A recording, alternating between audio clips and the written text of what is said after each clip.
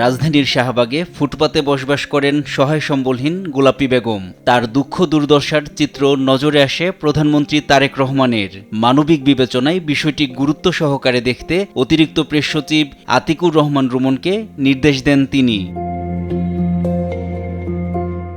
এরপর অসহায় গোলাপী বেগমের চিকিৎসা ও পুনর্বাসনের উদ্যোগ নেওয়া হয়। প্রায় ৮ মাস চিকিৎসা সহ ঢাকায় একটি বাসায় বসবাসের ব্যবস্থা করা হয় তার।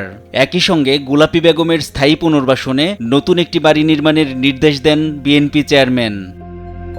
এরই ধারাবাহিকতায় শুক্রবার বিকেলে ব্রাহ্মণবাড়িয়ার নবীনগর উপজেলার রতনপুর গ্রামে গোলাপী বেগমের জন্য নতুন বাড়ি নির্মাণ কাজের উদ্বোধন করা হয়। আমরা বিএনপি পরিবারের উপদেষ্টা ও নরসিংদীর রায়পুর আসনের সংসদ সদস্য ইঞ্জিনিয়ার আশরাফ উদ্দিন বকুলের নেতৃত্বে এবং সংগঠনের সদস্য সচিব কৃষিবিদ মুকসিদুল মুমিন মিথুনের উপস্থিতিতে একটি প্রতিনিধি দল নির্মাণ কাজের উদ্বোধন করেন। এ সময় আরও উপস্থিত ছিলেন ব্রাহ্মণবাড়িয়া ৫ আসনের সংসদ সদস্য অ্যাডভোকেট আব্দুল মান্নান সহ স্থানীয় নেতাকর্মীরা। উপস্থিত নেতৃবৃন্দ জানান, সমাজের অবহেলিত ও অসহায় মানুষের পাশে দাঁড়ানোই আমরা বিএনপি পরিবারের মূল লক্ষ্য।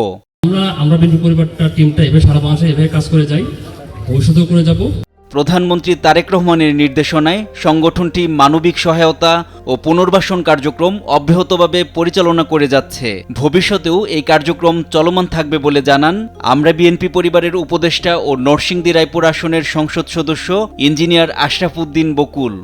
আমি মনে করি এইভাবে আমরা যদি কাজ করতে থাকি, আমরা বিএনপি পরিবার অতীতে যেভাবে করেছি বিরোধী দল থাকা অবস্থায় বা হরতাল নির্যাতন নিপীড়নের মধ্য দিয়ে, মানে অত্যাচারিত জীবনের মধ্য দিয়ে, আর এখন সরকার এসেছে, আমরা অবশ্যই আরো বড় পরিসরে কাজ করব। আমি মনে করি উত্তরোত্তর এই কাজগুলো চলতে থাকবে। এনআই নাহিদ, দেশ টিভি, ঢাকা।